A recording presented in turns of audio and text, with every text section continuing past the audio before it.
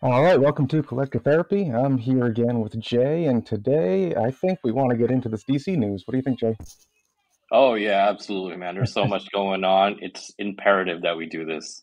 I have a lot to say, I think, for the first time about big movie news and FOMO, because I've never been really affected by FOMO until now. And, like, as a huge DC fan, it's funny because I'm Right. both really excited about new projects and also all the keys that I would have loved to own are going to skyrocket. And I'm like, oh man, I got to wait for that now. Oh Uh, my God, especially the way that James Gunn has things set up. I mean, people are going to be diving in dollar bins for those super minor characters who's going to probably blow up because everything going on in the DCEU is going to, come to fruition finally, right? Yeah, I hope so. Um, I'm definitely excited about what he has to put out. I really enjoyed, obviously, the Guardians of the Galaxy movie, but also the most recent Suicide Squad film. I actually just saw it the other day, and I'm looking forward to seeing what his writing style brings to characters like Superman and Batman. I think he'll have Right. something different to bring to the table. So what I thought we'd do is just go down. Well, you said you had notes. Why don't you start with what you have? Oh yeah, sure. We'll get to the main event for sure with the DCEU, but one thing that's always kind of fun for me with collecting, and I'm not sure if anybody else shares the same type of feeling or affection for, but I'm sort of a Danny Tanner when it comes to a lot of things, and when I say that, I mean mainly organizing. Yeah. I champion organizing. I'm a Virgo, so by trade, everything is very clean, organized. Things are in containers and within containers, and even in those containers, I just feel like it needs to be well kept. I suppose buying from eBay. I think a lot of people has felt the burn from people who send things in the most cheapest possible way. I've had books literally in grocery bags sent to me Oh, inside a flat mailer, right?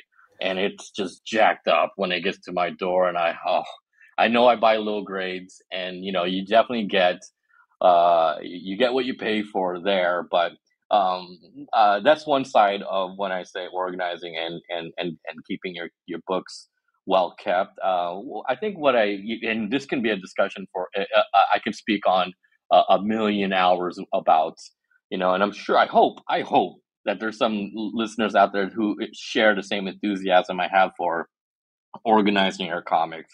When it comes to organizing comics, I think our options are very limited. We have our short boxes made out of corrugated cardboard, and we have a longer version of that known as the long box. And then, I mean, that lived on for, I don't know, 30 years, 40 years, until we got a couple new options around the pipeline. BCW came up with their plastic storage bins. For better or worse, I've heard they've held up pretty well, but some people have dropped them, and since they're plastic, they can shatter, and I've seen that too. Um, for me, and really the reason why I bring this up because I just want to hear what other people have as far as or what they do with their storage options. Yes, we all use the cardboard boxes, and now they decorated them. You've seen all the prints that they do with these short boxes, and it basically accompanies your books. If you collect a full run of X-Men books, you probably want a X-Men covered box, and it's really nice. And I think all of that works, but I've really kind of just been looking for something more decorative, maybe. yeah, Most of my comic books are in my office, and yeah, it's sort of like a kid's room in there, and I just kind of keep it in there. You know why? Because my wife kind of doesn't like to see it outside. yeah. It's kind of messy. She sees this white cardboard box, and it really doesn't flow with the decoration outside. It looks like a child lives here. Um, and or at least a man child is outside with his comic books. So I've been really trying to look for something more, I guess, matches the furniture, something made out of wood, Mm, something that has mhm. decorations on the side. Our furniture style is mid-century, so I'm trying to find something with a little bit more. rich woods. If there's I don't know what is a rich wood. What's a good I instead don't of know. just plywood? I always think it's like I would go oak, I guess. Oh, okay. Yes. I Yeah, that think kind of stuff. I think you Redwood, if just you can. yeah. I think you just pierced the seal on a potential market for decorative comic book storage, like Oh, there you wooden go. long and Oh, short boxes. That's a good exactly. idea. Just like the first episode that you kind of shared your comic book idea there. This is also patent pending. Yeah, there you go. Yeah. So That's a like good idea. even when I look through Etsy, I'm looking for any type of storage container. The storage container needs to at least be 8 by 10.5, and that kind of fits your comic book parameters. And this is with bag and board. Maybe Hmm. a little bit taller or wider if you're collecting slabs, but something in that range. And I find file boxes actually work. If you find like a medium sized file box and they sell them at Target, I actually have purchased a couple of them that actually fits a book, and it's a little bit more decorative. They sell things that are more decorative for your home office, and this is a little bit more feminine, but I feel like the materials are nice. You got Hmm. your nice cloths, and you have some that are made out of wood. You do have the bar because it's supposed to hold up file folders, but that doesn't get in the way. And I've used a couple of them. Like, well, what other things are out there in the world that can be really nice? And obviously, the best way to do this is just to make your own. But I don't have a wood shop at my disposal, or I don't have laser cutters or acrylic to bend and to make these really pretty things. And if anybody out there that is listening right now, please shine a light on this. I would love to see what you use. I've talked to a million different comic book collectors, and it's gone through the entire gamut. It's obviously our long and short boxes, but people have used shoe boxes. Your Nike Cortez shoe boxes fit well, apparently, the 8 by 10 dimensions there. Um, let's see, what else do I have here? Yeah, so basically just alternatives for boxes. Banker boxes. Ooh, here's one. I've resorted to banker boxes. You know those filing cabinet or those filing boxes that every office has? Hmm. Have you ever Yeah, seen those? I think so. Yeah. Yeah, I've outfitted it, and I made a post about this because I think the biggest problem with long boxes is that it's a wide grip. Yeah. Everybody is like Schwarzeneggering this, uh, 300 books, and it's bad on your back, and everybody has the same complaint. The wide grip is making you kind of walk funny, and it's arching your back very confused. And the short box is probably the way to go, but the short box only holds 150 comic books, maybe less. But banker boxes, they actually fit books. The only problem with banker boxes is that they're and I have like 7 of them currently, but I had to outfit it. Banker boxes are about a quarter of an inch too short. So you can't stack banker boxes, or else you're stacking heavy books on top of each other. What I did was I cut foam cord down to size, and I basically lined the banker box with the foam core, so I get that a quarter of an inch height, so that the boxes fit well, or sorry, the comics fit well. And obviously in the middle, I had to put a divider there, so that I can actually have 2 rows of boxes. Oh, sorry, of comics. And the banker box actually acts as 2 short boxes side by side. And I think that was genius. I can't believe this was an epiphany for me. I was like, whoa, this actually works. And I'm not like deadlifting this long box. It actually Right. fits close to long box amount of comics, quantity of comics, but the grip is, or at least my arms are not so far apart. So again, patent pending, patent pending. I may develop this new way of comic book arrangement, I suppose. What do you think about that? I think you have a lot of really good ideas when it comes to storage and organizing. I didn't think about any of that. I started with a long box, and it Huh? just where put my boxes, it's next to my desk, in between my desk and my bookshelf, and a long box just shoots out to the middle of the room, and I like really minimizes my space. So I switched over Oh, to short boxes because one, I wanted to downsize my collection and start being a little more picky about what I buy. Um, good. and they stack nicely. they don't fold as much over time. Oh, good point. But that's what I've been working on lately. That's been fine for me, although it's on my list to revamp my whole setup. There's Hmm. like my slabs are stacked on my bookshelf, and I'm like, that just doesn't look like how I want it to look. I'd like to have a nice shelving set up so I can, uh, display my slabs, and I also, um, without because when I slab a book, I often have to decide: do I want to get these slabbed or do I want to buy more books? Because like slabbing is Hmm. expensive.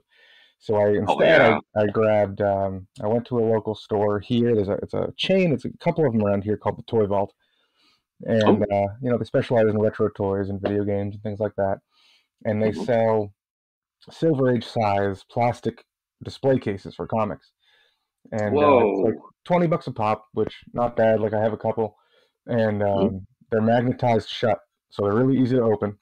Oh, You I've can fit, seen those. Those yeah, look very clean. they look really Wow. nice, and you Nice. can hang them right on the wall. And one thing I never understood is why slabs don't just have a little notch for you to hang it on a wall. I think would have been a nice touch.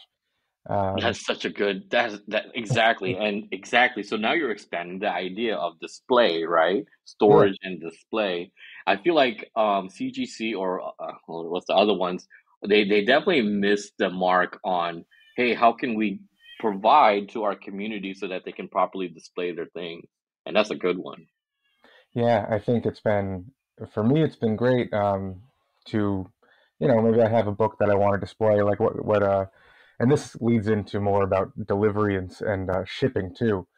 I Uh, purchased recently a copy of, let's see if I have it over here, of, here it is.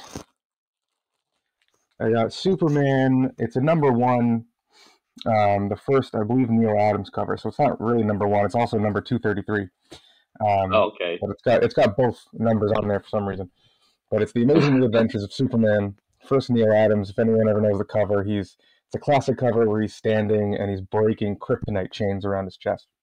Oh yes, that is So I so good. What grade do you have it at? oh, this is probably a five or so, and Oh, uh, nice. and I was looking around for, it was around Christmas time. I thought, I know this is a comic I'm going to have for a long time. It's not something I Mhm. really care about flipping or anything like that. I just really love the cover. I wanted to get more Silver Age Superman and more keys. So I grabbed it, paid $80 for this copy, which at the time I did a quick look on eBay. I didn't do too much research. It was $80 including shipping. So I said, Nice. that's a pretty good price. I didn't know much about the price of this book, but I thought I knew I wanted it. It's going to keep it for a long time. So I picked it up and it shipped and it arrived first in a bubble mailer between two pieces of cardboard, which for me is fine. I think Okay. I think if you're going to ship books, like you can do, if I have Gemini mailers, I use Gemini mailers. If I don't Right. have Gemini mailers, I am perfectly okay going to the dump and asking people for their old cardboard that's still in good shape and sturdy. And I'll cut that up and I'll Mhm. create my own kind of Gemini mailer. I'll like encase my books in a cardboard tomb.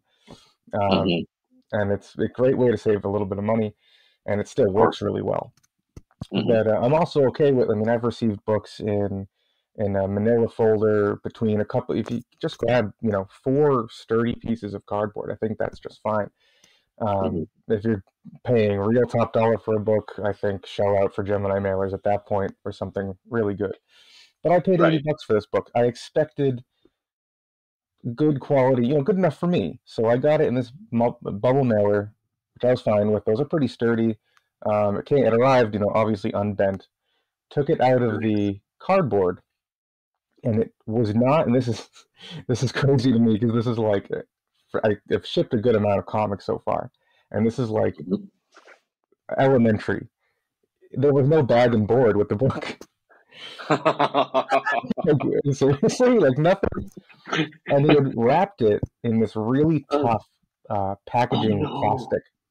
Oh So no. I'm an impatient person, so I had it. I was after work. I had it in my car. I'm like, I'm opening this now, and Oh God. I couldn't get the tape off the plastic. Like it was, you Oh had to rip the plastic open, which was really tough. And if I wasn't yeah. careful, I could have easily ripped the Oh book. my God. I know Oh God. you're having a hard time. And it was Yeah, like, like I'm about to pass out I know, because I know that exact feeling. Because it it's was like, crazy. I don't know what they were thinking. why?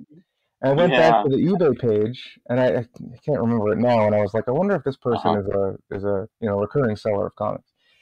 Didn't quite look Sure. like it. I don't think they had too much, but it's like it's a nice book. It's in nice condition. I feel like they knew what they had, and I just Yeah. I would have been even the bubble mailer with the cardboard. Yeah. It would have been fine if just put it in a bag and Oh, board. Like and especially for presentation purposes, it looks so much better. yeah. I recently Oh, got absolutely. a I did a mystery like a mystery box, Oh, and cool. mystery boxes and bags are a whole different episode. But I'm sure most people would agree the best part of the mystery box is right before you open the mystery box. Um, Oftentimes, I feel like people use that to move books that they aren't really moving otherwise, which is fine. Oh, I yeah. understood that going in, but I got it was the Superman's Girlfriend Lois Lane number 55. So I got a Silver Age book. I thought, oh, that's kind of neat. Oh, But nice. the bag it came in was ripped open, and I'm like, you didn't even at least put it in a fresh bag. I mean, it's like Yeah. it's 101 Right. for stuff like that. If anyone's ever thinking about selling books, get a stack of Silver Age, excuse me, Silver Age bags and boards, and put them in fresh Right. bags and boards before you sell them. It's just, I mean, it makes a But huge was difference. was it even in a like an old Silver Age bagging board or no? Oh, the bag quality, it was like crinkly. Like Rubber. it wasn't like a bag you would buy if you get a package of Mhm. bags. It didn't have that same texture or Yeah. quality. It was strange. It was almost like it was brittle. I was like, geez, Interesting. really, yeah, it was bizarre. But yeah, so shipping books, I mean, grab Gemini mailers, but if not, you can easily fashion your own out of recycled cardboard. I always save I all the packing materials I get. I save. Oh Um, yeah, same here. Yeah, yeah, in my garage, I kind of keep all the Gemini mailers, and they're still good. You definitely rip the label off that they send it to you, and it's absolutely usable. I encourage everybody to repurpose packaging because I'm sure during the pandemic when everybody was at home and ordering Amazon and online deliveries skyrocketed, right? I'm sure we just filled our oceans and landfills with packing material. All that stuff that you receive, keep it if you're a seller yeah, and definitely. reuse it. Yeah, no Yeah. brainer. It's free too, so you might as well. Yeah, and it's free, exactly. And see, the thing here is, I appreciate that you took the time to piece it all together. That you cared at least enough. Yeah, you're reusing and repurposing just flat cardboard, but at least you're stacking it and you're making sure that the book is secure. Yeah, I came up with my own configuration. First, Awesome. I'll explain the whole thing because I am very proud of it. You grab Yeah, a absolutely. piece of cardboard that's a good Uh-huh. size bigger than the book you have. You put the book down on that. You put a smaller piece of cardboard that's about the size of the book. You flatten it out with that, so you have that kind of sandwiched. Fold in Yeah. the sides of the bigger piece and tape that, so you have the sides covered. Grab a longer piece of cardboard and wrap that around the top and bottom. So you've There covered you go. both sides, and then just wrap it all up with packing tape on either end, and it's super solid, really secure. Yeah, Um, absolutely. And you know what you just made? You just made a Gemini mailer. yeah, pretty much. You Um, just outfitted a Gemini mailer there. mhm. That whole like this when you're talking, I'm just imagining you, delicately trying to take the plastic off of that beautiful Superman book. Oh God, yeah, When I'm so my impatience cursed me, and I'm like, I know this is risky, but my Oh ADHD is God. going to make me open this right now. It's like when you were a kid and you got that action figure, you opened it and you lost all the weapons. You didn't have Right in any the car parts on the in way there. home, yeah. Yeah, yeah.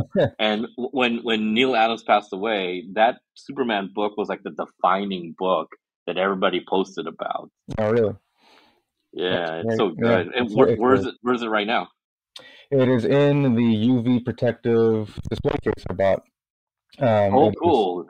and Nice. you can fit like, I grabbed two of these. I've got Green Lantern number. I'm not going to remember the number now. I don't know how all you comic book guys remember all the numbers. I think that's crazy. Oh I yeah, think it's man. like everyone, And it's because It's because they sleep with the comics. I guess, yeah, I guess so. I can't remember the name now. I just bought this one. It was might be 39. I could be wrong. I'm just gonna say it's the It's okay. 1978, 1979 relaunch of the Green Lantern Green Arrow team up.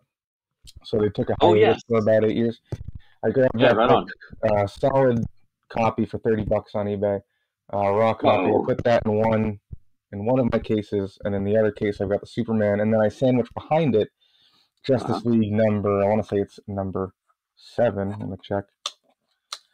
The first, I say, big book I bought, number 9. It's the first published origin of the team. And if Mm. anyone remembers the cover, it's a wacky cover. They're all growing tree limbs out of their arms, and they're like turning into trees on the cover. But Oh, okay. this way I can put the books I really have, a high value for, and I can stack 2 at a time in these cases. So I can display one and keep another one behind it, and keep it flat, and keep it out of the sun, and Nice. out of the stack of books in the short box that might fall over and bend the book that way. So yeah, I'd say they're pretty good. Nice. That's pretty good that they're protected too. Yeah, How much are yeah. each one of these containers? $20. That's not bad. I mean, Yeah, and if you're you into definitely dedicated to your best books if you're not slabbing. right, and even if you're the type of person that's into grading yourself or going by somebody's what's the word estimated grade, I think Sure. grading again is a whole other conversation. Yeah, But man, I'm you terrible at can it. right, well, you can put it right in one of these cases and have an estimated grade on it, and you've got kind of like a dollar bin slab, if you will. It's not you can have the full treatment, but it might be good enough for you, Right. and No, you that's a can put it good. on your wall. You can be proud of it. Yeah, that's really good advice. I guess now I'm going to tangent here, but uh whenever I sell a book, I undergrade just so just in case. I don't That's a want to good idea. you know pat myself on the shoulder. I'm terrible. I mean, not that I'm terrible at grading, but I just don't want to be. I don't want the buyer to be disappointed. So I always kind of, maybe fine. All of my books are just fine quality, even though it looks like a 9.8. I'll just still say fine. Yeah, And and the that's response, safe. the response, and like the feedback I get is like, book was a lot better than I expected. And I was like, oh, Yeah, that's fine. That's fine by me because yeah, that I'd rather get that than a red mark or a gray mark saying, the seller was terrible. right. And Now, I what about your do you feel like you're good at trading? You're at least within the ballpark. well, I've learned a little bit. I've slabbed a couple books, Okay. and whenever I slab a book, I tend to get back the grade I expected. Hmm. Uh, Oh. ma- and it maybe except for I think the very first book I slabbed was Hmm. I thought I was so excited to find it because it was such a cool book to me. It was the that Jim Lee cover. It was a Punisher War Journal, and then maybe number 6 or 7. Oh, The first is it the one team where up, Wolverine has Punishers? Like he has his symbol and the yeah, claws are going through. yeah. Oh yes, And gorgeous. I found that book really excited about it. Thought it was in pretty good condition. Right. I send it in and it comes back an 8.0, and I'm like, oh, I wonder what happened. And it wasn't until I looked back at it after I Uh-huh. got over the excitement of sending in my first book. I'm like, oh yeah, there's a little bit of a ding here. Okay, there's a little bit Ah, of a stain here. But I got kind of used to right. that. So when I sent in other books, I kind of got an idea. Okay, this is like an 8. Generally, what I've gathered is if it's nice and flat and Hmm. has a couple of unsightly dents that aren't too color breaking, Right. generally that looks to be around an 8.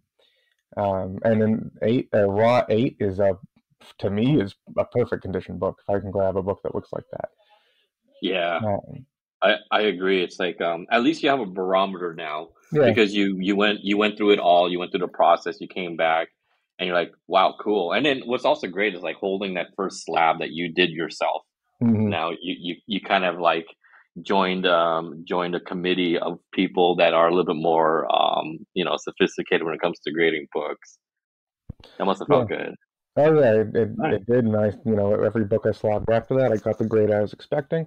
I did, Oh, to your nice. point, on eBay especially, I've been trying to lower my estimated quality, my Hmm. estimated grade. Hmm. because I Right. look at a book.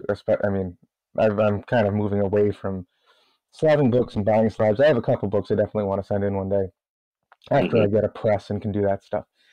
But generally, like if I find a book raw, um, I'd rather buy more than pay money to keep slabbing them. That makes sense. And plus, I don't want to get Yeah, no, burned. absolutely. And I think that kind of like, full circle with the whole organizing thing, which is, I get why people kind of cheapen out on the organizing because like all the money you spend on organizing, I'd rather buy a book, Yeah, and that's why like people just buy regular bags and boards instead of Mylar yeah, because Mylar is like three times as expensive for one book. right. It was this comic book store near me, and I couldn't believe it. All of their back issues and even the dollar books, nah, okay, $2 books were all in Mylar Oh god. bags and boards. Oh my god! So like, I'm like, well, I think I'm just gonna buy this dollar book because I want to keep the Mylar. Yeah, I just want the I'm packaging gonna material. transfer the good book I have into this Mylar and then use the dollar book somewhere else. And I remember just buying. I'm trying to find all the cheap books so I can also get the Mylar too.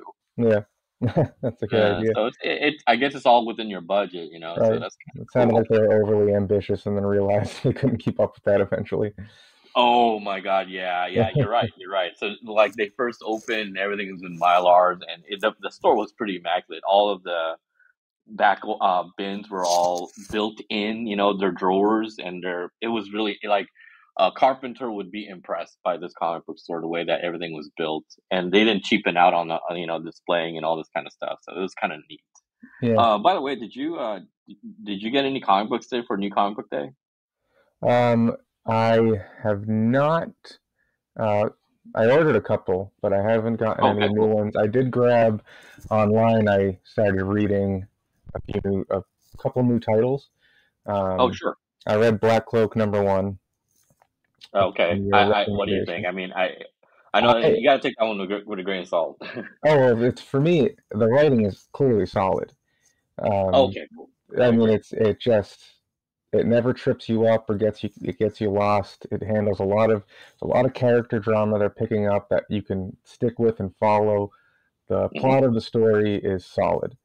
And they Okay. do a really, I mean, it's a world where magic exists, and that's really tough to build. So the world building is clear. They don't have to explain everything with layers of text. And these are comic books, so we can use illustrations. But I know in a lot of fantasy storytelling, the high Yeah. concept stuff gets super lost in trying to explain what kind of world it is. So, you read it, Exactly. you understand, okay, magic exists, that's all I need. And so they can Hmm. say, here there are mermaids. We know that black cloaks are some type of detective character, and we know that the detectives aren't liked by the citizens. So Right. clear, got it. The only thing and it's not a bad thing, because I really have nothing bad to say about it. The only thing I can say is that not everything was really to my taste. I'm not Mm. terribly into like the robe wearing magic characters, and the artwork didn't really resonate with me. Although the artwork is very expressive, Mhm. the style just wasn't really for me. I'll probably definitely give another issue or two a try, um, Yeah. but yeah, I mean, just if you're just looking, if anyone's looking for just a solid story, nothing bad to say about the writing at all. Yeah. And man, did you hit the nail on the head on everything? I totally agree with you. And because you're right, when it deals with magic, logic doesn't matter. I think that's the reason why like Doctor Strange have become so popular. Growing up, Doctor Strange was just okay. But then when they, presented on MCU and gave him this entire universe to play around with, yeah, of course that's fun. Yeah, So yeah, same thing with Black Cloak. It's like we don't need to go deep in the science of all this stuff. It's yeah. also easier to write. Oh, yeah, absolutely. Like, I mean, at one point in the Yeah. story, this one of the characters just has wings, and I didn't ask any questions. Yes. Okay, cool, you got wings. Yeah. Yeah. Yeah. It's just like that what we were talking about last time. Like, oh yeah, my character does that too. Yeah, why not? And then I started picking up. I just read the first issue of Sergeant Rock versus the Undead, I believe is the title, something like that. Yeah, yeah. It's I a didn't get written, that, but I heard so much good stuff about it. yeah, written by Bruce Campbell, which is cool. I mean, Yeah. really fun name to have on a comic, kind of like Keanu Reeves in Berserker. But Right. very again really easy to get into. The pacing is quick, and it's fairly simple. It's like, hey, World War II zombies. That's it. Yeah. Um, that's all you need, and then it's just the dialogue's a ton of fun.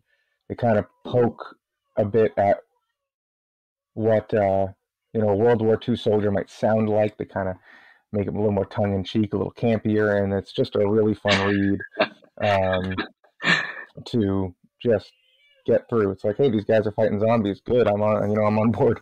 And the artwork's pretty good Yeah, too. I yeah. can't remember the name of the artist, but Right. it's very simple but complex at the same time. What I love about like any I and I'm such a moron for any zombie media. I'll dig in. I don't care, man. Hmm. What I love about zombie movies and comic books or whatever is that nobody knows what a zombie is. You know, whenever Right, you can they're play always with the so like, concept. "What Yeah, is that?" They're always so yeah, surprised by, "Oh my god!" And obviously, in our world, like, no, that guy's like, we'll just say right away, that guy's acting funny. He's eating other people. Yeah, that's a zombie, right, or they're on bath salts. But I think they're a zombie more, and then we understand that concept. But it's so strange. There's two things that need to be established in any zombie media. Is number one, what are the rules here? How did they become a zombie, and how do you kill them? Because all zombies are not created equal, right? right, You got your yeah, 28 Days Later zombie, and you have your Night of the Living Dead zombie. Those are completely different right, zombies. right. And then the second one is nobody ever knows what a zombie is. Yeah, they're all just so surprised. Like, come on, haven't you read a book before? Haven't you seen a Yeah, TV show? exactly. And they're so curious. I mean, all right, let's just say you don't know what a zombie is. That thing still looks really dangerous, But for some reason, I'm so shocked. I got to sit here and watch all of this. And oh Yeah, my god, he's coming towards me. those are some So of strange, man. the dumb character tropes where they fall into their own trap. Yeah. Oh yeah, that's another episode. We could just talk about tropes all day, Our man. tropes would be fun. Um, Totally. Well, I went to the comic book store today, and it was a little bit of a slow week. This is mm, one of those passing weeks. I was in there for like half an hour. I was like, man, I passed on a lot of books. I really, this is a funny one, and I hope some people are kind of share the same feeling as me. But I was looking for the Archie Valentine's issue today.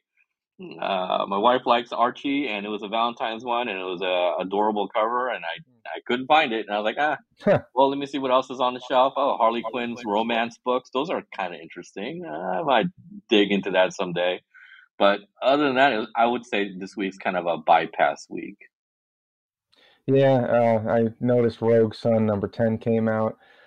Oh yeah, I've that too. been Yeah. I've been following that as much as I can. I appreciate it so much. It's not crazy grabbing me. I think for a younger audience, it's perfect.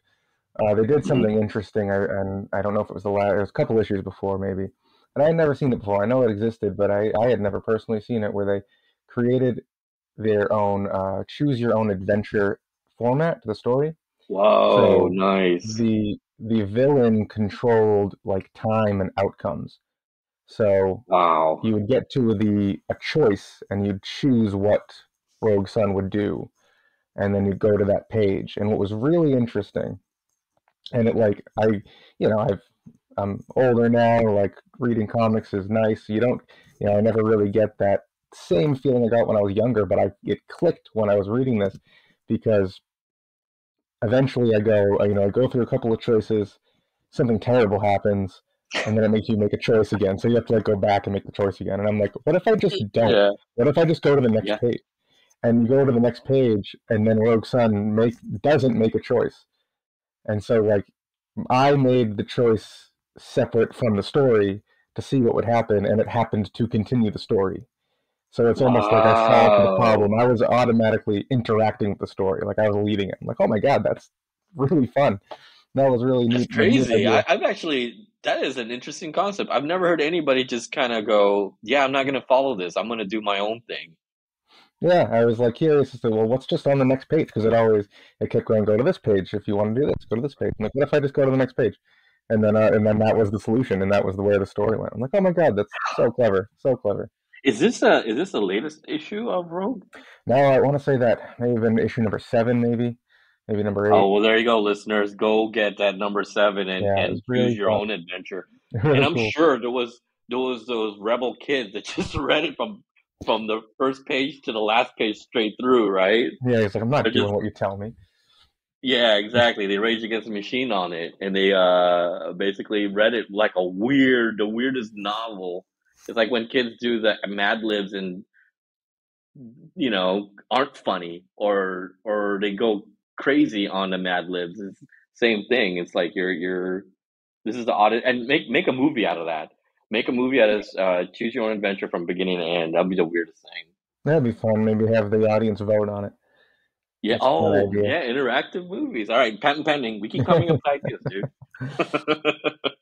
Before we Well, jump into the, now you go ahead. sure. What do you think? Before we jump into the DC stuff, one more thing on packaging and storage, and I know you care a lot about this, and I do too, is Yeah, tape. man. Yeah. Tape choices. Yeah. Yes. I mean, everyone here, and I know you get really fancy, and you use, I think you called it Japanese washi tape. Washi Um, tape, ladies and yeah, gentlemen. Washi tape. I would just go even simpler and go painter's tape. Okay. Yeah. Painter's Yes. tape is perfect. I mean, in packaging and in storage on your bags. And I have a Hmm. couple of pet peeves when I mostly use Scotch tape just because it's what I have so far. I haven't picked up a roll of Yeah, painter's it's tape fine. yet. But my Hmm. biggest pet peeve in the world is when I have a Scotch taped bag and it's the Scotch tape is straight up and down. And I learned this early on when I would get an older book and it's been taped up for a long time. And you go to Hmm. open it and you go to peel the tape off and the tape slices in half. And Yeah. now Yes. Yes. I can't stand it. So I was like, okay, I'm going to take my Scotch tape Oh and I put God. it at an angle, and now I can peel the Yeah. tape without it peeling in half. Yes, man. It's, Why? it So gets to me. the thing that makes the tear so easy is that because you ripped it from the tape dispenser, it has the ridges on the side, Mm. which now is like a potato chip bag. It makes it easy to open, you know? Yeah, yeah, okay. It creates that valley for the tape to rip through. I know exactly what you're talking about. And guess what? Now I mean, nobody ever looks at a comic book from the back, but you know it's there. You know that Right. I got to take some time to like dig my nails through and peel the rest of the two tapes now I have, or I retape it again. Yeah, I have a bunch of bags that have ripped pieces of Scotch tape on the back that I have just retaped, and I'm like, do I care enough to go back and rebag all these ones, or am I just Oh good for God, now? man. Oh, But the yeah, horror. I know exactly what you're talking about. Can I add on to this too? yeah, And please, please, people who are listening, don't over tape. yeah. So People go like crazy. I've had like I posted this too on my Instagram. Why are you using a yard or a Yeah, foot of tape? Like barely peek that tape onto the. So you have your flap on your bag and board. Okay, obviously I would say let's do a thirds here. Let's do 2/3 of tape on the flap and 1/3 hanging out, and that's where you peel to release the book. But no, some people put like the 2/3 and then another like 4 inches of tape. Now it's like I gotta like it's like I'm pulling a rug off of the floor so I can replace the rug, yeah. and then potentially I could bend the book while I'm trying to take off this tape. I know, So and just and just edge the tape, ladies and gentlemen. Just a little bit of tape, and it's secure enough. We're not like soldering this book shut. Nobody is welding this book together or the flap to secure the book. The tape is fine, and even if you don't use tape, sometimes the book just stays by itself. And yeah. I get the reason why people put multiple. Oh man, and I could keep going, bro. Here's another one. How many tape pieces of tape do you use? I just use one. Yeah, one. Oh God, the two and the three. What's going on Yeah, here? Let's the two on different. either side don't make any sense unless I've seen some people tape the dog ears on either side of the plastic bag Yeah, down. And I'm I like, get that. Yeah.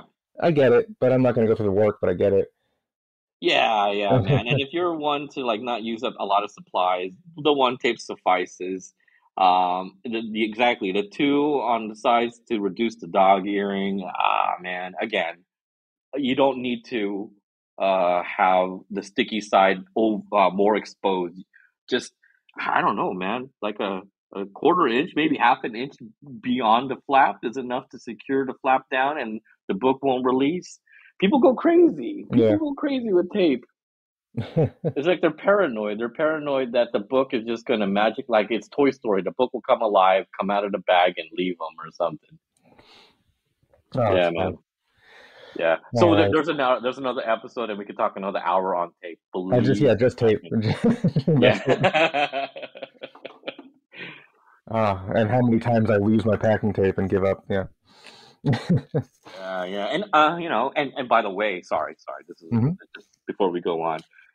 Because you're using, you have the 2/3 on the flap and 1/3 hanging. It also reduces tape burn on your books. You'll less likely have the book will stick to the tape if you accidentally, go haywire on it. Do you know what I'm saying? I do, and that's Like, another moment when you take a book out and a oh, piece of oh, tape clings to the book, and now right, all of a sudden I am like I'm a surgeon and I'm removing this tape as carefully yes, as I can. And if you get oh like, yeah, and I mean, you only learn by making mistakes, and again, I'm an impatient person, and all I had next to me once was a thing of packing tape. So I'm like, yeah, you know oh, what? I'm just taping up the back of the book, back of the bag. I'm just gonna take a little piece of packing tape. And this was the book I had was nothing, so I was okay with it. But sure, I was putting it in. The packing tape touches the book, and it's not oh, like you can get Scotch tape off. Okay, you can get painter's tape sure, off even easier. oh But Lord. packing tape ripped the color right out of the cover. No. Well, yeah, I deserve that. Uh, yeah, yeah. I learned my lesson, right? Yeah, I But will yeah, never buy Amazing Fantasies number 15 ever again. Yeah. well, that one's down the The most drain, right? expensive.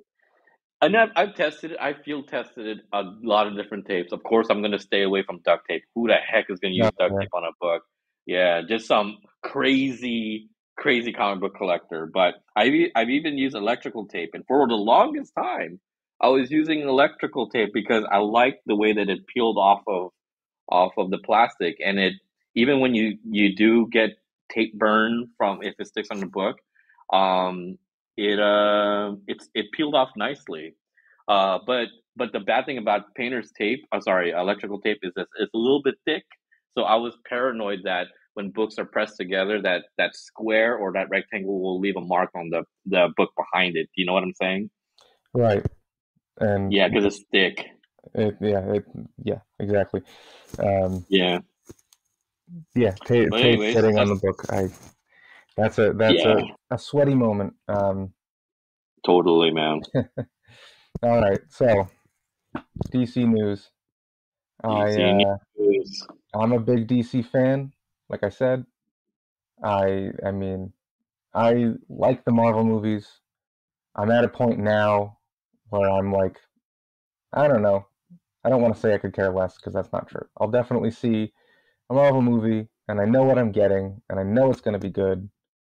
Okay. And and I see like, oh, I don't know, when the DC movies were coming out before, especially when it was Zack Snyder, and then among others, like they throw in some others, you never quite know what you were getting. You never quite know if it was going to be very good, and that was always made it interesting to me. I was like, is this going to be absolute crap? I don't know. So I was Yeah. interested to going to see those movies a lot, Hmm. and so I'm very excited to what they're going to do. I'm glad it's a brand new universe. I'm glad we get to see what new writers are going to do. I'm very glad that we have. Well, I'm gonna go through the list. I had it open a second ago. Yeah, Um, I have the list too, man. It's crazy. It's so, crazy. It's a lot. It's a yeah, lot. and it's a lot of stuff I didn't expect. So the first one on the Uh, list is Creature Commandos, yeah. and with Creature Commandos, we have some artwork already. We have some, what it's going to look like. Um, Definitely looks like interesting artwork. I'm all for good animated shows. I'm a big fan of Mhm. Invincible, um, and the design's great. The property I'm honestly not too familiar with. I know Frankenstein. I've seen Frankenstein in a lot of books. I really like DC's Frankenstein character. I think he's a ton of Oh yeah. fun. Just the big Frankenstein monster with a giant greatsword, like that's a lot of fun. Right. And so I'm looking forward to that. I think watching animation is a little easier than watching live action. I seem to draw out of that. a bit more. Yeah, you're a I'm little bit super more up for it. forgiving. Yeah, yeah, exactly. And I can definitely suspend disbelief way better with animation. Yeah, So I'm looking forward to it. Again, like the property doesn't really excite me, but I have high hopes for all this stuff. So for um, sure. yeah. So what do you think about Creature Commandos? Yeah, I saw the artwork as well, and I totally agree with you. I feel like anything that all of the media that he just mentioned, I feel like what I love is that it can introduce more characters to whatever they're gonna put out. I agree. I like the direction, and I mean I only saw a glimpse of it from James Gunn's Twitter post. It was like I don't know, maybe like 10 seconds worth, but what I saw, I really appreciate. I used to watch Teen Titans, and I enjoyed it. So if it follows that kind of feel and suit, then I'm with it too, man. Right, and if anyone's ever seen the DC animated movies currently, they're not bad Oh at all. yeah, Um, yeah, they're good. yeah, I really enjoyed them, and I have an HBO Max subscription, so I've been going through them lately. I just watched the Hmm. Judas Contract, and that was probably my favorite so far. Oh So no, yeah, I mean, I'm definitely on board with more animated DC. yeah, I The agree. next on the list is Waller, and Hmm. I'm not like when they do spin-off shows for a side character, especially when that side character isn't a hero of any kind. I I get a little, know. I'm a little like, why? Like, do we need Yeah. it? But what is her name? Viola Davis as Waller Viola Davis. Yeah. I love her performance. I love Mhm. how she's portrayed in the films. I think every movie, whether it's been good or bad, I've always enjoyed because I think she's been Waller. Well, I don't know how many times now. She's been like Peacemaker. She was Waller in Suicide Squad. I don't know about the first Suicide. Suicide Squad. Right. Um, but I've loved her performance is awesome. Like she's Hmm. crazy fun. I don't know how a whole show is gonna go with her, but Yeah. I definitely have. I mean, great things to say about Viola Davis playing the character. Yeah, and I guess this kind of goes along with what I said earlier, and I feel like this is the only reason for the show is to introduce the DC universe. You know, all the other very remedial and small characters, I don't know, man, that could possibly be presented in this show, almost like how She-Hulk did it for Marvel. All those weird characters, and I feel like maybe this is one reason why they were like, yeah, we this can work. This can work because it'll kind of spin off a lot of different characters that you probably would have never thought about or cared for. So that's the only reason why I'm thinking they allowed this. Right, and it definitely will shine some light. She's definitely going to be have a mainstay in the whole universe. So why not? Yeah. Give her own series. It would definitely it's like you said. It definitely brings more attention to her, and I think that's a good thing. Will I Hmm. be diving in? I don't know. Um, we'll see. Just watch a But couple episodes. yeah, why Yeah, not? watch. Yeah, why not? It was the same feeling I had when Agent Carter came out. I'm just like, Ah, it's yeah. just it's reaching a little too far for me. Like I'm not totally married to that property or that character. Oh, totally, Um, man. And even like after the show ended, we were like, yeah, okay, I guess it's fine. yeah, why I don't not? know if I'm looking more back into it, but it was just something.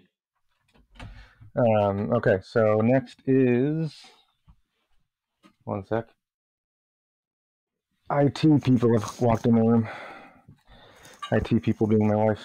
Um, Yeah. so uh, Superman Legacy. This is, I mean, Yeah. obviously the cornerstone of the universe right now, and the one I'm most excited for. And I think Right. a lot of people are, especially Superman fans, because I mean, we haven't had the character done justice quite yet. I think Zack Snyder came close, and I think he came closest in the Snyder cut of the Justice League, but his on-screen time in that film was minimal. Um, Hmm. I think the thing with Zack Snyder for me is he's great at creating moments. So when Superman arrives to fight Steppenwolf, that was a great moment. But we really didn't get to flesh him out, and I have the blurb here, um, and the quote is, "It's not an origin story, which is great because we've had too many of those. But Right. it says, and I quote, it focuses on Superman balancing his Kryptonian heritage with his human upbringing. He is the embodiment of truth, justice, and the American way. He is kindness in a world that thinks that kindness is old-fashioned. And that's really exciting to hear for me because that goes back to Hmm. the roots of the character. I think that's what Man of Steel was missing. Hmm. Um, we really didn't get that pure blue-eyed Boy Scout hero feel from the character, and I think Right. that this could definitely do it. And the way James Gunn writes, he has a, I would say, like pseudo humorous way. Like not everything's funny, but everything's colorful or everything's kind of cartoony, Hmm. and it really brings the comic bookiness of it all to life. So I'm really excited for that. Yeah. Do you feel like it's gonna sort of feel like Christopher Reeves? Yeah, I think that's a good point. I think they're going to draw a lot from Christopher Reeves. Even Brandon Routh in Superman Returns had a pretty Oh lighthearted yeah. superhero feel. I mean, say what you will about that movie, I think it was fairly solid, even though a little like maybe a little too safe. Um, Yeah. but it Yeah. definitely I made you agree. feel like he cared, and that's Mhm. what I think they're going to bring back, and I'm very excited for that. And especially, and that can lead into the inclusion of the Authority. I was very surprised that Brainiac is not becoming the mainstay villain, and he's never been in a movie, but he's one of Superman's biggest villains. He's one of DC's biggest villains, Oh sure. and he's definitely like a world-ending kind of like Thanos-sized villain. Hmm. Um, and I mean, maybe he's going to come later on, but not yet. And I thought that was really surprising.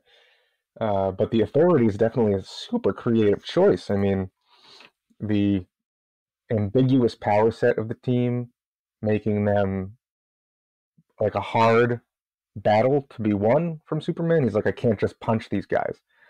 Like the leader being a telepath, but not just in the not really in the simplest way. Like it's Hmm. as if their power set is almost limitless to the creativity of who's writing them, and it Right. made them a really formidable opponent because he's like, I don't even know what to do. They just seem too powerful, and not just that, but they're also very creative in their visuals and how they're designed and how they're set Right. up. It's very different from anything we've seen before. I think it's a really cool choice. Right. And I guess it was one way to introduce like Wildstorm into the lexicon of DCEU. Yeah, that too. I think that's Yeah. a great choice. Yeah. Um, but yeah, anyway, Superman Legacy. Anything you want to add?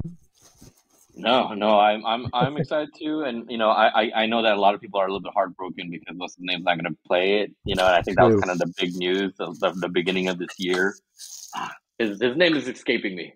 He's the Henry Witcher. Cavill? Yes, yeah, yeah. It would have been nice to see him act that way, but whoever that. Do you know who they're gonna have?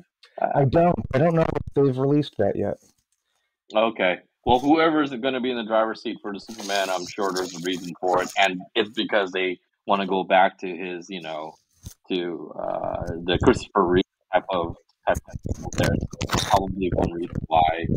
But I'm excited for it too. The only thing is, it's going to be in 2 years. I think it was like what July 11, 2025 is when they're going to release this movie. I think so. That sounds right.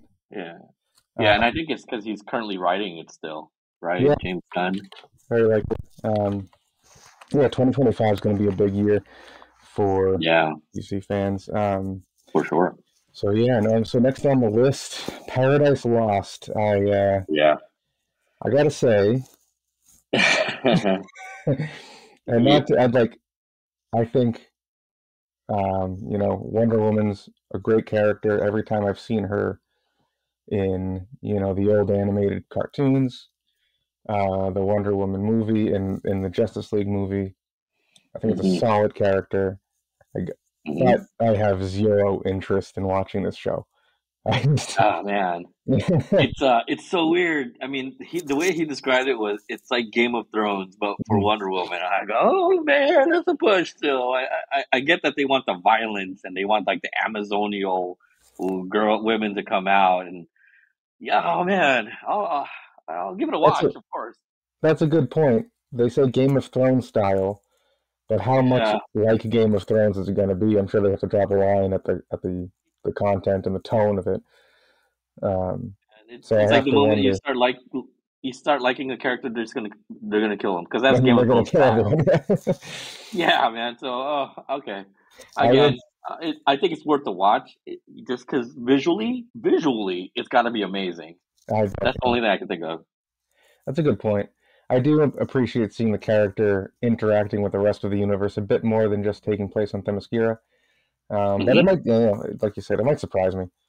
Um, Yeah, because that's you kind of never like know. what made Wakanda nice. That's what kind of made Wakanda fun. You didn't, I mean, yeah, for sure, Black Panther's in there, and you get all the other characters, but the tribalness of everything, it made it very engaging, and hopefully this one kind of has the same feel too. Yeah, that's a good point. You might do some really good world building, and you might really Hmm. enjoy. I guess in my head, I'm just seeing like Roman architecture that we've seen Hmm. in every film or every type of Right. media that involves this type of stuff. It's like, okay, there are a bunch of stone towers and stone buildings. We've seen that before. But to your point, they might make it really creative and really engaging. Yeah, Um, and but again, to your point too. I mean, I like the Wonder Woman stuff. I think it's great. 1984. Whew, tough I one. I never saw Tough. that one, but I Yeah, didn't because of what I heard about it. So yeah. I It's just avoided it. I kept an open mind. I'm like, I'm just gonna be entertained. I'm not gonna go at all for any type of storyline. I'm just gonna be entertained, and it delivered. But again, continuity. Ooh, man, Yeah, that's a tough one, man. That's a tough one. Gal and Gadot is probably got to go into doing something else besides Wonder Woman stuff.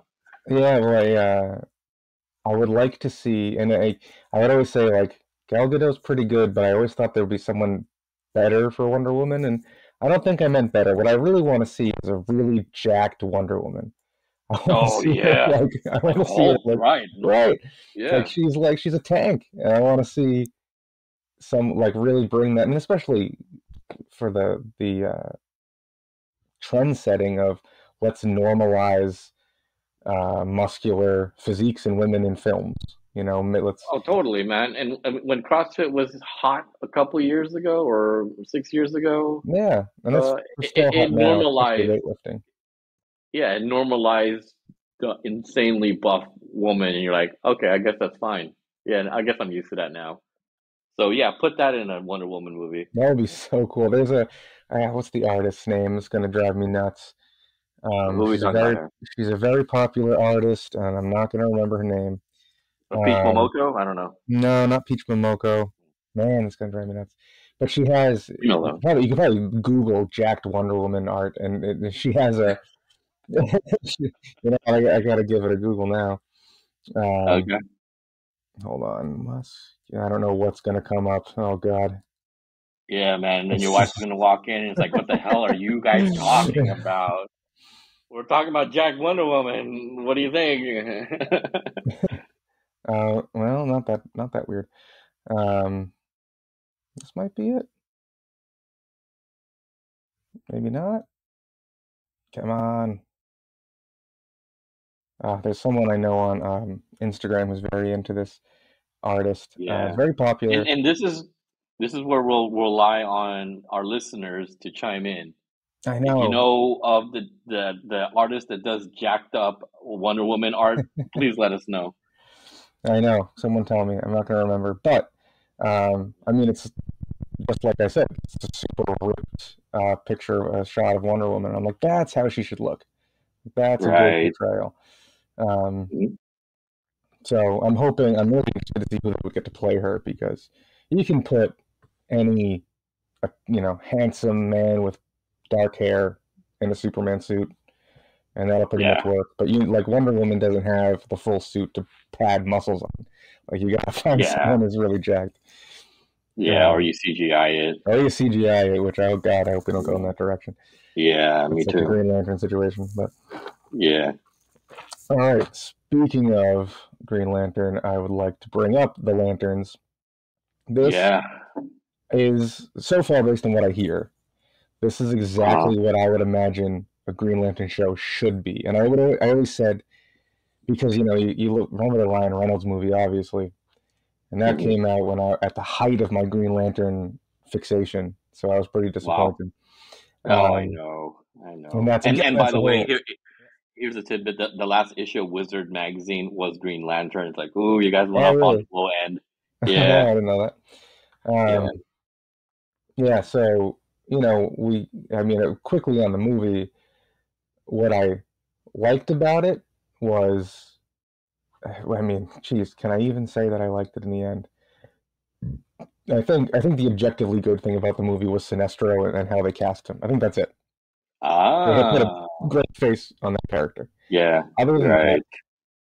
we get the training scene on Oa with Kilowog, and it's Hmm. like, cool. I get to see Green Lanterns make constructs.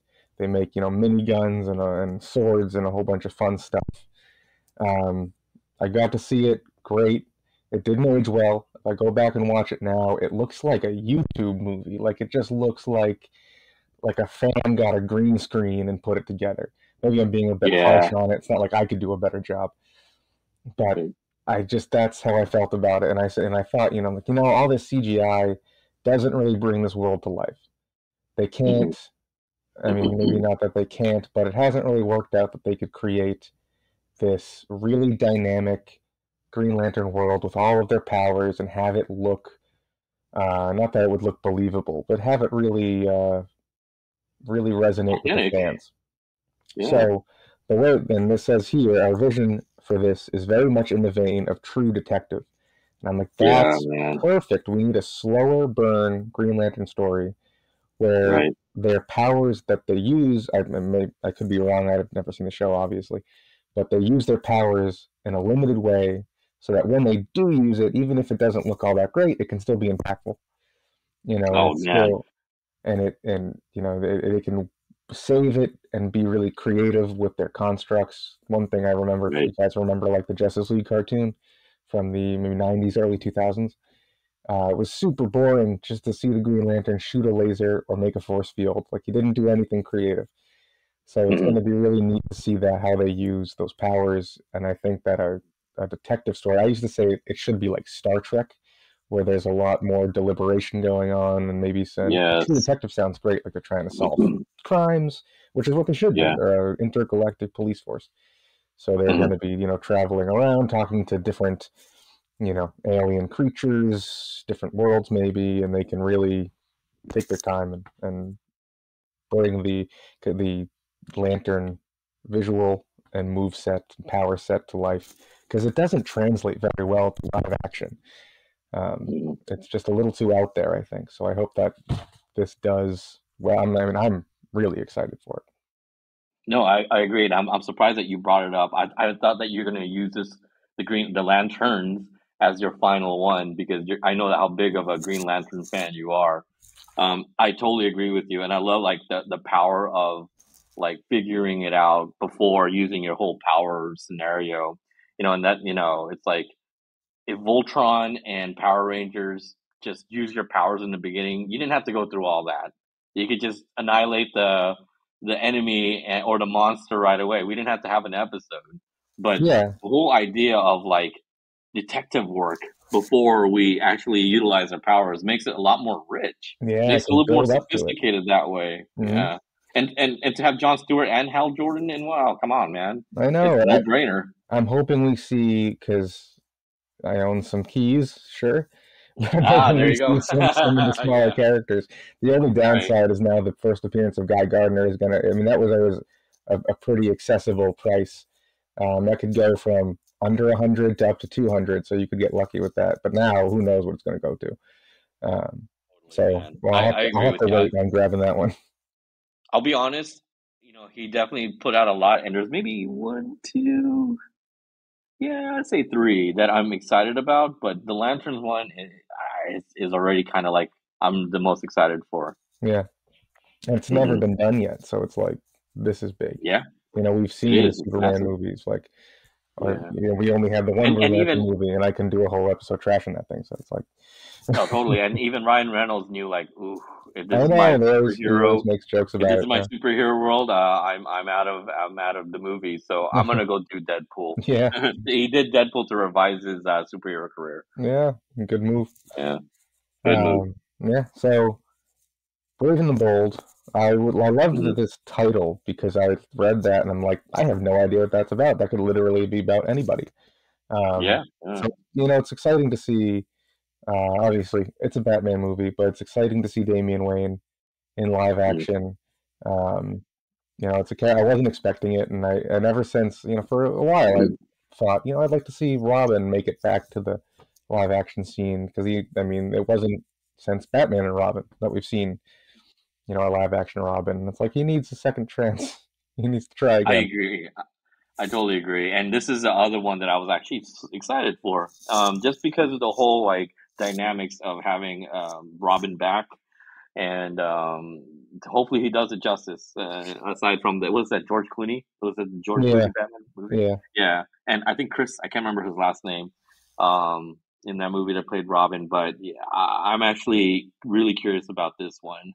And the way he explained it too is like the beginning of the Batman family. I'm like, whoa, what I Batman know. family are we gonna introduce here? You And know? then, and that's exciting because, as a little bit of a tangent, I recently ordered the first appearance of Nightwing, and Oh, nice. I got it Great. at a great price, and I think it's a super fair price. But it's such a strong Oh, key to own because we haven't seen a oh, lot of him totally. yet.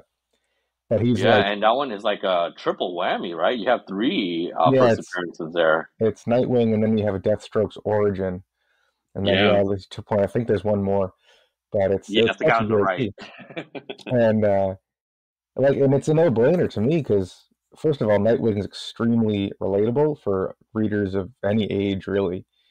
His Right. current run won an Eisner Award.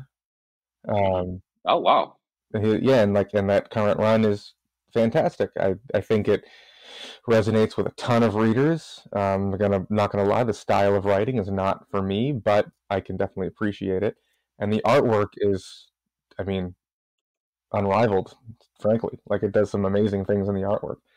So I think Right. that series alone's pushing him up. I think the fact that he's just he's not as brooding and dark as Batman. He's not a child or young and headstrong like Robin. He's right in the middle, really accessible, really relatable. I think there's no it's no brainer to put him in something eventually. Um, Oh, totally, man. so I thought that kind of I guess a little bit excited. I haven't seen him yet because I was able to get that at a really good price. Um, And yeah, this story, and especially considering that Damian Wayne is the grandson of Ra's al Ghul, we might be able to see things like the Lazarus Pit, maybe something a little more fantastical in our Batman story. So that could be cool too. Yeah, man. I'm very curious about it. He spoke on it briefly. I'm like, why? I need to hear more. So I Yeah, was trying to Google as much as I can, but he didn't divulge enough. I have to look up Grant Morrison's Batman run. I can't remember it very well. I feel like I must have gone through some of it, but that's Hmm. what they're taking reference to. And I don't, this isn't one, Oh, but this would have been a really good. And it's probably leading to it, but this would have been a really good uh-huh. lead into the Court of Owls too.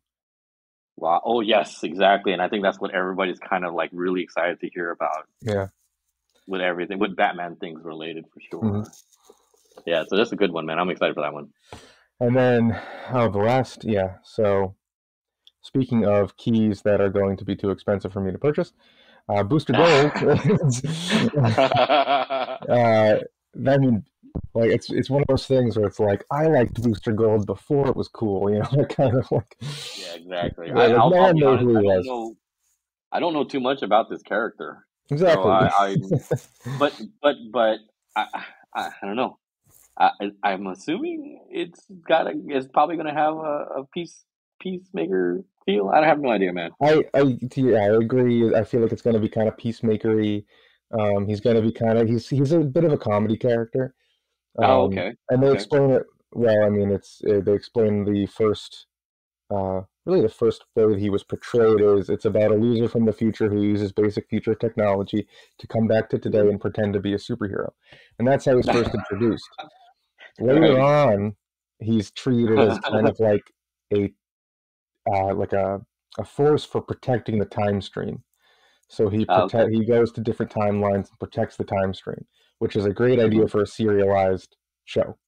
You know, you can have Hmm. him jump around and have there's an endless amount of adventures. A lot like Adam Strange can have that, kind of like that Twilight Zone concept of every episode could be a different location, a different story. So Oh, it interesting. really sets him Ah. up to have a lot of different stuff to do. And it's like, I Okay. mean, Booster Gold is a unique name. His outfits, Mhm. I'm curious about what they're going to do with the costume because it's a really fun costume. He's just a really bright character. And You know, his, nowadays mm, you can have it, man. Nowadays, Wolverine's yellow suit can exist, and I people can't are wait. all right with Yeah. it. Yeah, Yeah. it's normalized, man. And like to your point, Peacemaker's a pretty goofy looking character and they didn't change a thing. Oh, totally. He's still in a Yeah, bright red t shirt with a bucket on his head. right. It works. Um, So yeah, Yeah. Booster Gold's exciting. I mean, you could buy a 9 or a 9.2 slab of Booster Gold #1 for around seventy Uh-huh. dollars, well under 100 anyway, and who knows what it's going to go up to. Sure. But yeah, it's a great book to own. There's still last I checked, there's still a decent copy out there, raw copy for 65 or 60. Right. So we'll see how long that stays. But yeah, definitely exciting. Um, and that could lead into so many other characters if they can make Booster Gold popular. I heard that Chris Pratt might be playing him, which is perfect in my opinion. Whoa, jumping universes, man. That's I crazy. know, right? So yeah, that would be interesting. Um, and then I think my this is the most exciting part for me. So Okay. Supergirl, Woman of Tomorrow, is getting a movie. Uh-huh.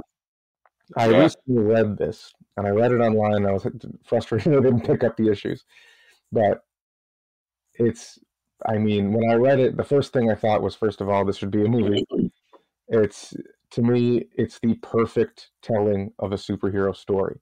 It's flawless. Tom Right. King is an incredible writer. Hmm. I mean, his narration is great. It's creative. Did you ever read Batman Killing Time? Not that one, Not that but one. no, not that one. I've heard a little bit of it, not too familiar. Hmm. Um, well, I mean, anyone's listening, give it a read. Read Supergirl, Woman of Tomorrow.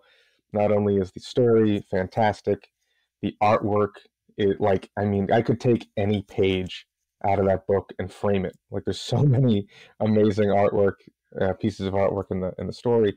A lot of that having to do Right. with the fact that it's what's the word? It's up for interpretation. It's Hmm. that she'll do things that are more through the eyes of the main character, seeing this amazing, fantastical hero who can do anything. And so through her eyes, there's an amazing use of color, and it's just, I mean, it's honestly amazing artwork. Now, I don't know if the movie will look just like it necessarily or take from that, but I'm really talking about the Hmm. story. Like, go read it. Just go read it. It's amazing, and it really Right. shows. I'm actually Googling it right now, and yeah, Yeah, you are totally right. That it is the artwork is beyond like what any Supergirl book you would think it looked like. I know. And she used to be drawn, not long ago in the early 2000s. She was drawn like, oh, I don't know, you can find the pictures. They're, short skirt, low cut, teen, kind of like super skinny teen athlete looking like, okay, that works. But he illustrates her with far more maturity in that story. Hmm. And it's great. I mean, and one thing he does very well in all of his stories that I've read so far Hmm. is that he takes the hero and puts him in the background. And a lot of great writers do this. And they have the foreground being the main character. That's where all the interesting stuff happens because the superpowered being in the background can do just about anything. Kind of boring. Sure. So you have a really Yeah. interesting story in the foreground and insert them at certain times to mix things up, to make things change. Right. But yeah, amazing story. Everyone go read it. The fact that it's getting a movie, I think, is amazing because I didn't think they'd actually do that. And Oh, I know, Tom right? King, They're taking a chance. They're taking yeah, a chance on this. Tom King being a main writer for the whole Mhm. universe that's coming up is definitely a plus. Excellent Right. writing. Yeah, no, and I totally agree. And I hope this does boost Supergirl into like, the lexicon of a Wonder Woman too. I remember growing up and watching the 80s version of it, and I enjoyed it just as much as the Christopher Reeve one. I do own a couple Supergirl books also, and I felt like, ah, man, there's a lot more to this character than people give her credit for. So I hope Yeah, this really works out, and I hope this spawns more movies for her and characters just like her too. yeah. I started to get more into the character after reading that, and she always seemed more heroic than like Superman some of the time. She had like that Right. youthful like Hmm. go-getiveness, and Yeah, a little bit naive. a little bit naive, like headstrong, made her seem like a little Yeah. bit more of a hero when she had room to learn. Supergirl Hmm. #1 from 1971 is pretty affordable. It's definitely a book that I have on my list. Um, Awesome. and yeah, I mean, nothing but good things to say about that news. It's both surprising and really exciting. Right, and you can't hate that. I mean, like, I'm sure there's people going, Supergirl, why? But man, there's a lot more to the character, and I can Oh yeah, guarantee those people who are saying that are going to be completely surprised once the movie comes out. I know, and they probably have the CW show in mind when they think of that. Yeah, And that's exactly. fair. And your point too, and I'm glad that they went movie route instead of streaming series route because I feel like that makes more sense. And just, it basically they're putting more importance to the character by doing that. Yeah, so that's pretty Yeah. exciting. And then the last Hmm. thing on the list is Swamp Thing, Yeah, and man. it just says a horror film. So, And that was he ended the tweet with "Here's the biggest news: Swamp Thing the movie." And okay. I was like, "Is that the biggest thing?" I mean, Is it? I get that there's millions of Swamp Thing fans out there, and they're excited, and I'm sure they're excited, especially the people who are horror fans. Yeah, Um, such a big Me genre included. too. I have discovered that I have become a horror fan, and I didn't even know it. I like to be scared. When I watch a horror movie, I am off the screen about 90% of the time. If I'm at the theaters and I'm watching the scariest horror movie, my eyes are at the corner of the screen because I can barely look forward. Because I know when I go to sleep, it's gonna mess with me, man. My Yeah, creativity and my mind is way too creative, and I build the weirdest world after I watch a horror movie. Sometimes I look at my wife's face, and her reaction is all I need to know that that's way too much for me. And to watch a Swamp Thing movie, I'm curious, bro. I'm kind of there. I understand like Swamp Thing's not everybody's thing, or even like Man Thing, the Marvel version of Swamp hmm Thing. And I'm curious about this one, and I know that they're gonna go ultra violent. I've heard with the Swamp Thing character in this. So, what do you think?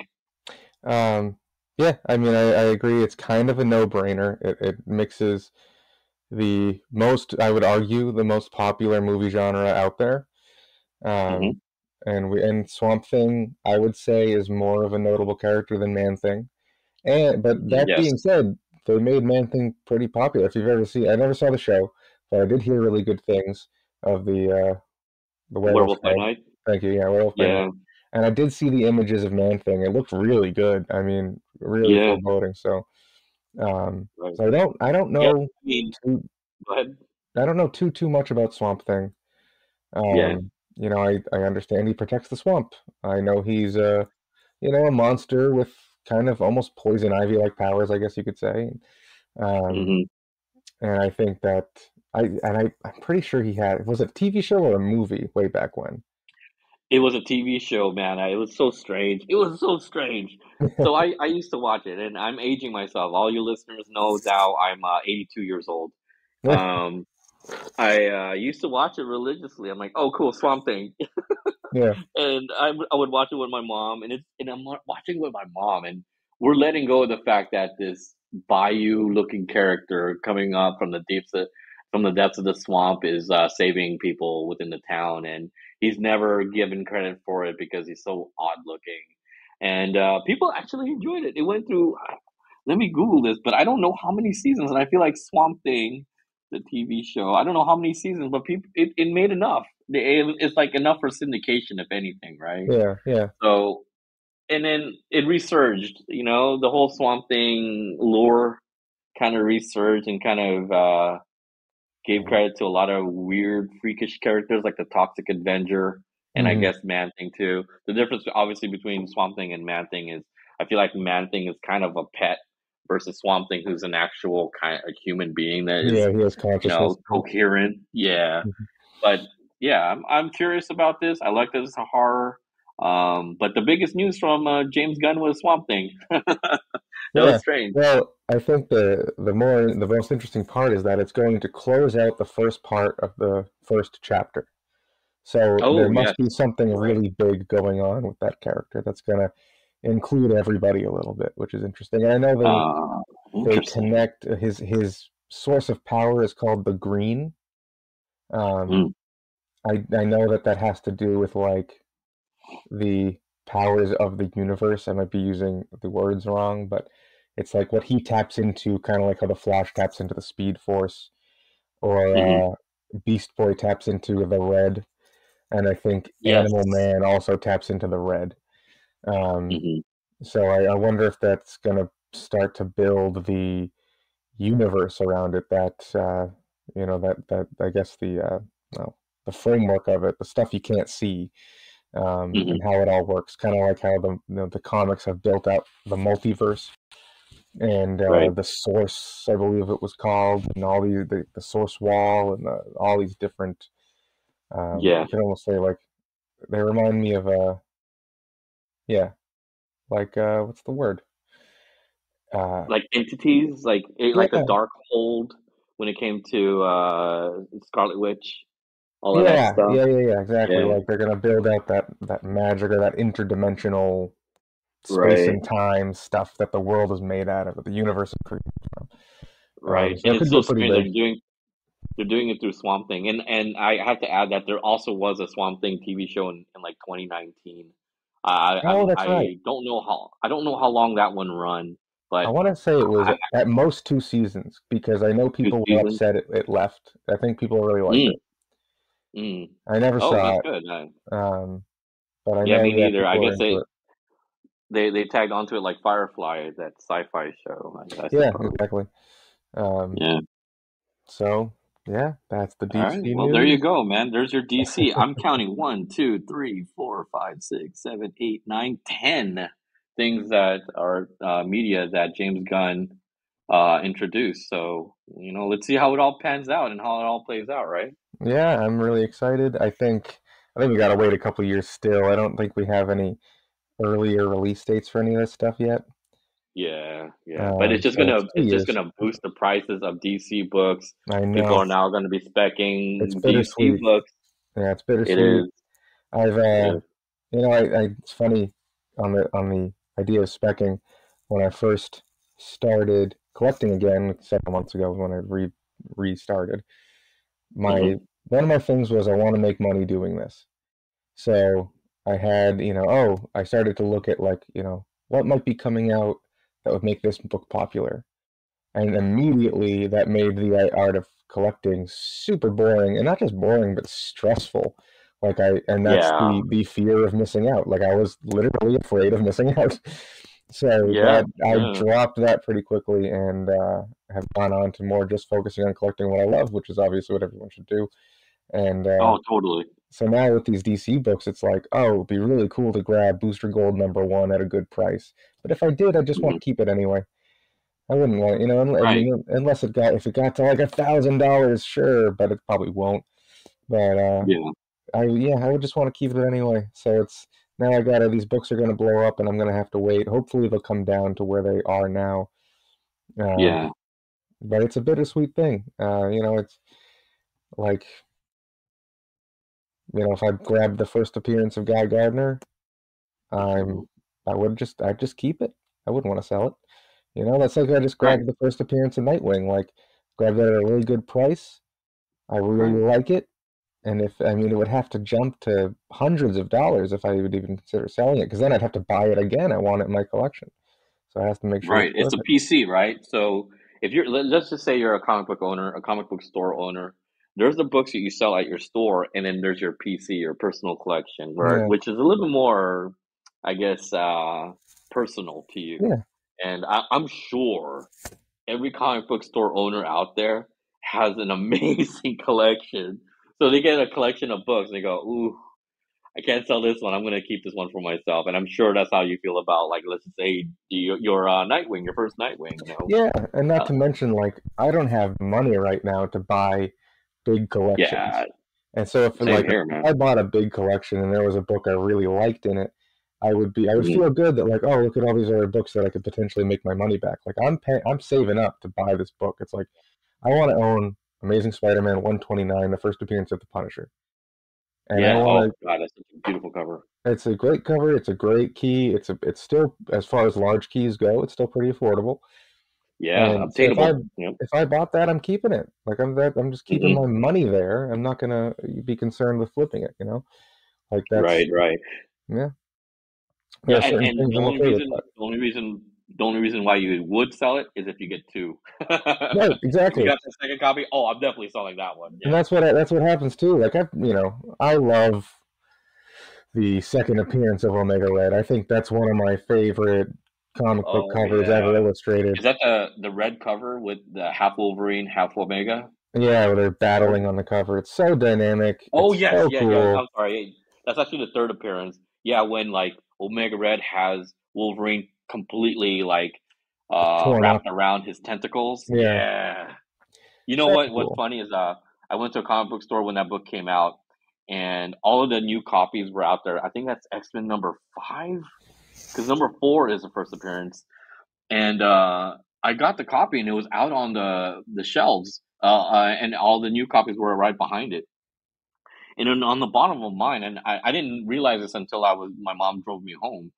I bought the book. It was like a buck something, or maybe a dollar even. And I went home and I saw on the bottom right it said Jim Lee. I was like, oh my god, did I get a signed copy? And I didn't even Yeah, know. And they didn't even know they sold it to me. And I still have it. I should probably. I'll take a picture. I'll post it, and I'll let the fans know or figure out if this is an actual Jim Lee signature. Because what a mistake I that know. that comic book store owner put a signed. And this is pre CGC, so there's no way to authenticate this unless we were actually there and there was a certificate of authenticity. Hmm. But uh, I'm sure the shop owner's like, "Hey, that signed copy of X-Men number 5, where is that?" I was like, "Oh, I don't know." I was like, "Oh crap, did I put it out on the floor?" And this weird little kid picked it up. But yeah, I know what you're talking about. That's such an awesome cover. And I grabbed that off of eBay, because I wanted it and didn't, sometimes if I really want something, I don't mind paying eBay prices. But since then, Yeah, I know. I've found two or three copies in dollar Wow. bins, and No. I found copies for, a few dollars, maybe $5, like all flippable prices. And so that's been How does that fun. make Yeah. you feel, by the way? How does that make you? Because obviously you overpaid on eBay, right? Yeah, probably. Okay, all right. Let's Mostly just say you that's did, yeah. and now you found. Oh, I can't believe you found one in the dollar bin. What was the condition of that guy? They were really nice. I think Yeah. every copy I found was about the same condition. It's interesting, Oh boy. but I had a direct Yeah. copy and a newsstand, and Oh my I god. sold those as a Nice. pair. And then I have a copy again now that I have up on my eBay page. Well, I that's happened to me too, where I go, I know I overpaid on eBay prices, and then I go to the find it in the wild, yeah, and it's way cheaper, and it's like 90% off from what I paid off of eBay. yeah. For a It's split its second, I own go, "You stupid punk! it's You're its own so market. stupid. Why did you pay so much?" Yeah, It's like you want something, you don't want to go looking for it. You want to know it. You're gonna get it. Grab it on eBay. yeah, Um, yeah. And I know it's gonna take me twice as much effort to sell to the price that I originally purchased it at. Right. But Yeah, it is what I'm it okay is. with just keeping it. Maybe I'll Yeah, slab it. Um, yeah. and just whatever. Like I have I have a slabbed copy of the first Venom Lethal Protector. Oh yeah, dude, that's a beautiful cover, It's man. a great cover, Especially if it's and uncreased. this one it looks pretty good, I think. Mm, this But one thick. it was I was looking at it and like again, I'm impatient. I was like, I could wait Yeah, to clean it. I could keep it raw. If I keep it raw, I could sell it for a profit. But I was like, I really want to slab it. I love full covers. It's a classic cover. yeah. I got it in an 8.0. which Wow. it's like, I mean, that's worth like $10 now. Like it's worth there are so many 9.8s out there. So that's like one of those things, you're better off grabbing a 9.8 from eBay, Mm, or just keeping it raw. But at the same time, it's like, you know what? I was one of my first submissions.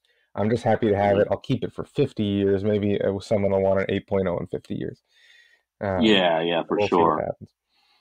But Yeah, yeah, and to me, that cover by Mark Bagley is it's one of the best Venom covers, I yeah, think. And I it's so know we're simple. all about Todd McFarlane because he, created the guy. But I feel like God, this is just a little bit better. Just that one cover, just that one pose Yeah. of him looking menacing and looking like Little Shop of Horrors.